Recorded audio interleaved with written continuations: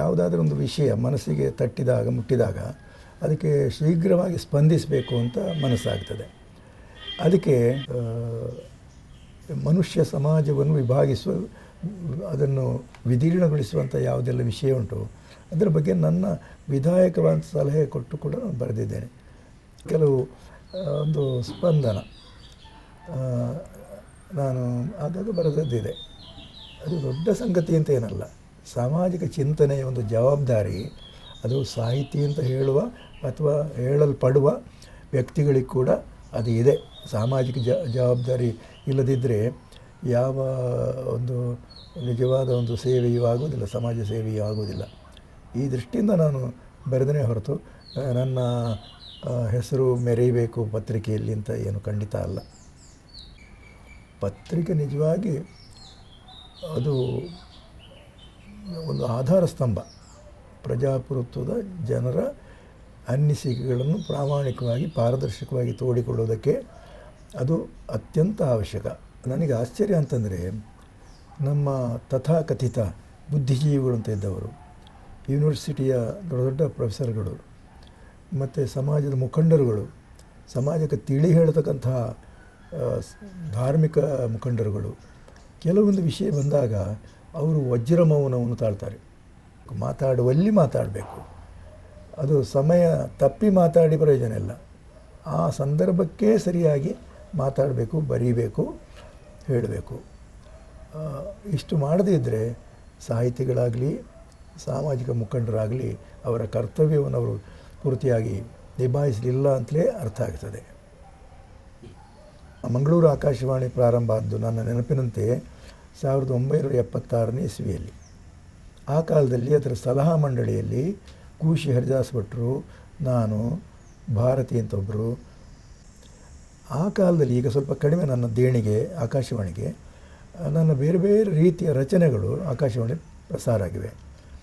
ನಾಟಕ, ರೂಪಕ, ಚಿಂತನ, ಭಾಷಣ, ಕತೆ, ಈ ರೀತಿಯಾಗಿ ನಾನಾ ವಿಧದ ಸಾಹಿತ್ಯ ಪ್ರಕಟ ಆದದ್ದರಿಂದ ಬಹುಶಃ ಆಕಾಶವಾಣಿ ಪ್ರಶಸ್ತಿ ಅಂತ ಒಂದು ಅದು ನನಗೆ ಬಂದಿತ್ತು. ಅದನ್ನು ಕೆಲವು ವರ್ಷದ ಹಿಂದೆ ರೇಡಿಯೋದವರ ಅಪೇಕ್ಷೆ ಮೇರೆಗೆ ಅವರ ಪ್ರಾರಂಭದ ಒಂದು ನಾಂದಿ ಗೀತ ಉಂಟಲ್ಲ, ಇವತ್ತು ಕೂಡ ಅದನ್ನೇ ಅವರು ಹಾಡ್ತಾರೆ. ಉದಯ ಮಂಗಲ ಗಾನ, ಸದನ ಸದನದ ಕದವ ಮೃದುವಾಗಿ ತಟ್ಟುತ್ತ ಬರುವುದಣ್ಣ ಅಂತ ಸಣ್ಣ ಪದ್ಯ. ಅದು ಇವತ್ತು ಕೂಡ ಅವರ ಆದಿ ವಾಕ್ಯವಾಗಿ ಆಕಾಶವಾಣಿ ಇದು ಕಾರ್ಯಕ್ರಮ ತೊಡಗುವುದೇ ಅದರಿಂದ. ಆಕಾಶವಾಣಿ ಇವತ್ತು ಕೂಡ ನನಗೆ ಪ್ರಿಯವಾಗಿದೆ. ನಾನು ಇವತ್ತು ಕೂಡ ಆಕಾಶವಾಣಿ ಬರುವಂಥ ಕಾರ್ಯಕ್ರಮಗಳನ್ನು ಆಲಿಸಿ ಅದಕ್ಕೆ ವಾರ ವಾರವೂ ನಾನು ನನ್ನ ಅಭಿಪ್ರಾಯಗಳನ್ನು ಬರೀತಾ ಇದ್ದೇನೆ. ಸಿನಿಮಾಕ್ಕೆ ನನಗೂ ಹೆಚ್ಚು ಸಂಬಂಧ ಇಲ್ಲ, ನಾನು ಅವರ ಹಿಂದೆ ಹೋಗಲೂ ಇಲ್ಲ. ಸುಂದರ ಕೃಷ್ಣ ಅರಸ್ ಅಂತ ಹೇಳುವಂಥ ಒಳ್ಳೆಯ ನಿರ್ದೇಶಕರು, ಒಳ್ಳೆಯ ನಟರು ಕೂಡ ಅವರು ಬಂದು ನಾನು ಹಾಡು ಮತ್ತು ಸಂಭಾಷಣೆ ಬರೀಬೇಕು ಅಂತ ಅಪೇಕ್ಷೆ ಮಾಡಿ ಸಂಗಮ ಸಾಕ್ಷಿ ಅಂತ ಅದಕ್ಕೆ ಸಂಬಂಧಪಟ್ಟ ಒಂದು ಪದ್ಯವನ್ನು ನಾನು ಬರೆದೆ. ಅವರ ಅಪೇಕ್ಷೆ ಮೇರೆಗೆ ಉಪ್ಪಿನೀರು ಹಂಚಿಗೆ ಸುದೆತ ಚಪ್ಪೆ ನೀರು ಇಂಚಿಗೆ ಅರ್ವೆದ ಆಕೋಡಿ ತೂನಗ ಬೇದುನೆ ಮಾದಿದ ಪೋಯಿಜ, ಒಂದು ಸಣ್ಣ ಫಿಲಾಸಫಿ. ಕೋಟಿ ಚೆನ್ನಯ್ಯದ ಬಗ್ಗೆ ನನ್ನ ಕೊಡುಗೆ ವಿಶೇಷ ಏನಿಲ್ಲ. ವಿ ಶಿವಕುಮಾರರ ಅಪೇಕ್ಷೆ ಮೇರೆಗೆ ಜೋಡು ನಂದ ದೀಪ ಬೆಳಗಿಂಡು ತುಳುವನಾಡ್ದು ಗುಂಡೋಡು ಅಂತ ರೂಪಕ ಕೆಲವು ಮಾಡಿದೆ ಅಂತ ಎಳುವೇರು ದೆಯ್ಯಾರ ಅಂತ ದೇವಿಯ 7 ಅಂಶಗಳು, ಸಪ್ತ ದುರ್ಗೆಯರು ಅಂತ ಅವರು ಕರೀತಾರೆ. ನನ್ನ ಹಾಡುಗಳನ್ನು ಹೆಚ್ಚಾಗಿ ಹಾಡಿದವರು, ಭಕ್ತಿಗೀತೆಗಳನ್ನು ಹಾಡಿದವರು ವಿದ್ಯಾಭೂಷಣ್. ಮಾಯದಪುರ ಪೂ ಪೂಜನೆ, ಪೂ ಪರಂದು ಇತ್ಯಾದಿ ಅನೇಕ ಧ್ವನಿ ಮುದ್ರಿಕೆಗಳು ಆಗಿವೆ.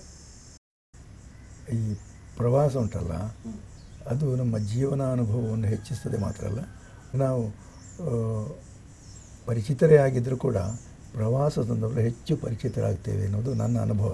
ಎ ಬಿ ಶೆಟ್ಟರು, ಬಾಲಕೃಷ್ಣ ಶೆಟ್ಟಿ ಅವರು ಅಲ್ಲಿ ಸಿಂಡಿಕೇಟ್ ಬ್ಯಾಂಕಿನ ಅಧಿಕಾರಿಯಾಗಿದ್ದರು. ಒಳ್ಳೆ ಸ್ನೇಹಜೀವಿ. ಹಾಗೆ ಅವರೊಟ್ಟಿಗೆ ಕೆಲವು ಉತ್ತರ ಹಿಂದೂಸ್ತಾನದ ಕೆಲವು ಕಡೆಗಳಿಗೆ ಎಲ್ಲ ನಾವು ಒಟ್ಟಿಗೆ ಹೋದೆವು. ಆಮೇಲೆ ನಾವು ಕಾಲೇಜಿನ ಸಂದರ್ಭದಲ್ಲಿ ಮಕ್ಕಳ ಒಟ್ಟಿಗೆ ದಕ್ಷಿಣ ಭಾರತದ ಅನೇಕ ಕಡೆಗಳಿಗೆ ಕೆಲವು ಸಲ ನಾವು ಪ್ರವಾಸ ಹೋಗಿದ್ದೇವೆ.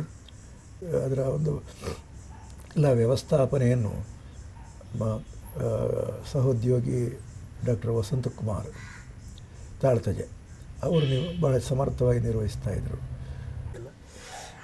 ಕಾಲೇಜಿನಲ್ಲಿ ನಾನು ಅಧ್ಯಾಪನ ಆಗಿ ಇದ್ದಾಗ ಮುಖ್ಯವಾಗಿ ನನ್ನ ಒಟ್ಟಿಗೆ ಸದಾಕಾಲ ಇದ್ದು ಎಲ್ಲ ಚಟುವಟಿಕೆಗಳಲ್ಲಿ ನಾವು ಸಾಹಿತ್ಯಿಕವಾದ ಯಕ್ಷಗಾನಕ್ಕೆ ಸಂಬಂಧಪಟ್ಟ ಪ್ರವಾಸಕ್ಕೆ ಸಂಬಂಧಪಟ್ಟ ಎಲ್ಲ ಚಟುವಟಿಕೆಗಳಲ್ಲಿ ನನ್ನ ಜೊತೆಗೆ ಯಾವಾಗಲೂ ಇದ್ದು ತುಂಬ ಸಹಕಾರ ನೀಡಿದವರು ತಾಳ್ತಜೆ ವಸಂತಕುಮಾರ್ ಅವರು.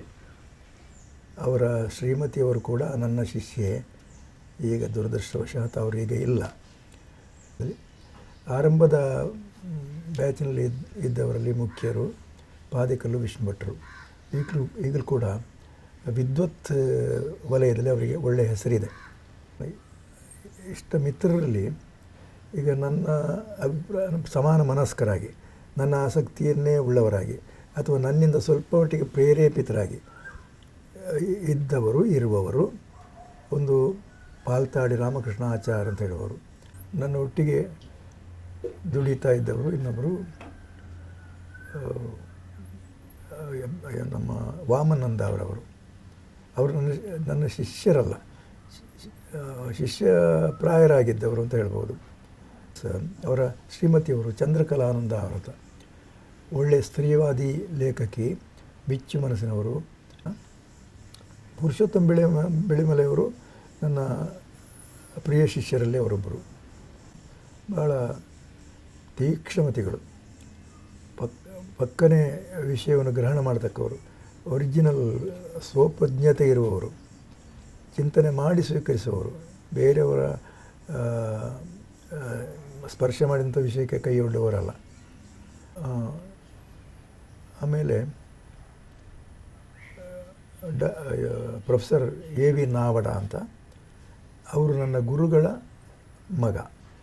ನನ್ನ ಗುರುಗಳು ಅಮ್ಮೆಂಬಡ ಶಂಕರನಾರಾಯಣ ನಾವಡರು, ಅವರ ಮಗ. ಅವರು ದೊಡ್ಡ ವಿದ್ವಾಂಸರು, ತುಂಬ ಕೆಲಸ ಮಾಡಿ ಜಾನಪದದಲ್ಲಿ ತುಂಬ ಕೆಲಸ ಮಾಡಿದ್ದಾರೆ ಅವರು.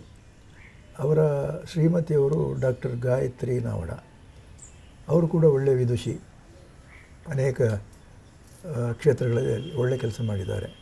ಅದರಲ್ಲಿ ಕೂಡ ಈ ಸ್ತ್ರೀವಾದಿ ನೆಲೆಯಿಂದ ವಿಚಾರ ಮಾಡಿದ್ದಾರೆ ತುಂಬ. ಸಿರಿ ಕಲ್ಟ್ ಉಂಟಲ್ಲ, ಸಿರಿ ಒಂದು ಆರಾಧನಾ ಪ್ರಸ್ಥಾನ, ಅದರ ಬಗ್ಗೆ ಆಳವಾದಂಥ ಅಧ್ಯಯನ ಅವರು ಮಾಡಿದ ಪುಸ್ತಕ ಎಲ್ಲ ಪ್ರಕಟ ಮಾಡಿದ್ದಾರೆ.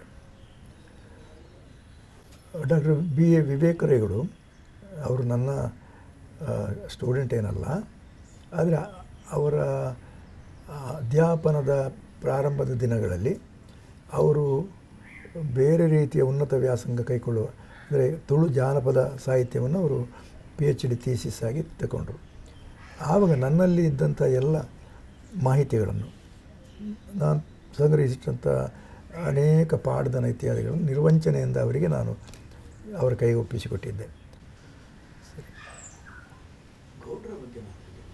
ಹಾಂ, ನಮ್ಮ ಡಾಕ್ಟರ್ ಚಿನ್ನಪ್ಪ ಗೌಡರು ಅವರು ವಿದ್ಯಾರ್ಥಿ ದಶೆಯಲ್ಲಿರುವಾಗಲೇ ನನಗೆ ಆತ್ಮೀಯ ವಲಯದಲ್ಲಿ ಇದ್ದವರು. ಎಳವೆಯಲ್ಲೇ ಕಷ್ಟದಿಂದ ಮೇಲೆ ಬಂದವರು. ಅವರು ಬಡ ಕುಟುಂಬದಲ್ಲಿ ಇದ್ದು ಮೇಲೆ ಬಂದವರು. ತುಂಬ ಹಿತವಂತಿಗರಾದಂಥ, ಒಂದು ಸುಖ ಕಷ್ಟ ವಿಚಾರಿಸುವಂಥ ಒಂದು ಮನೋವೃತ್ತಿ ಅವರಿಗಿತ್ತು. ಇನ್ನೂ ಒಂದು ನೆನಪಿಗೆ ಬರುವಂಥ ಒಂದು ಹೆಸರು ಕೇಶವ ಶರ್ಮಾ ಅಂತ. ಒಳ್ಳೆಯ ತೀಕ್ಷ್ಣಮತಿಯಾದಂಥ ವಿದ್ವಾಂಸರಾಗಿದ್ದಾರೆ. ಈಗ ಕುವೆಂಪು ಯೂನಿವರ್ಸಿಟಿಯಲ್ಲಿ ಅವರು ಕನ್ನಡ ಪ್ರೊಫೆಸರ್ ಆಗಿದ್ದಾರೆ. ಒಳ್ಳೆಯ ಯಕ್ಷಗಾನ ಪಟು ಅವರು. ಇನ್ನೊಬ್ಬರು ಕೂಡ್ಲ ಗಣಪತಿ ಭಟ್ ಅಂತ, ಅಂಧ ಮಕ್ಕಳಿಗೆ ಅಭಿನಯ ಹೇಳಿಕೊಟ್ಟು ಅವರಿಂದ ಯಕ್ಷಗಾನ ಮಾಡಿಸಿದ್ದಾರೆ. ಆಮೇಲೆ ಕುರಿಯ ಫ್ಯಾಮಿಲಿಯ ಕೆಲವರೆಲ್ಲ ಇದ್ದರು. ಸೇರಜೆ ಸೀತಾರಾಮ್ ಭಟ್, ಆಮೇಲೆ ನಾರಾಯಣ ಭಟ್, ಇನ್ನೊಬ್ಬರು ದಾಮೋದರ ರೈ ಅಂತ ಒಬ್ಬರು ಇದ್ದರು, ಬಣ್ಣದ ವೇಷ ಎಲ್ಲ ಮಾಡ್ತಾಯಿದ್ರು ಅವರು. ಅದೆಲ್ಲ ಸ್ವಲ್ಪ ಒಮ್ಮೊಮ್ಮೆ ನೆನಪಾಗ್ತದೆ ಅಷ್ಟೇ.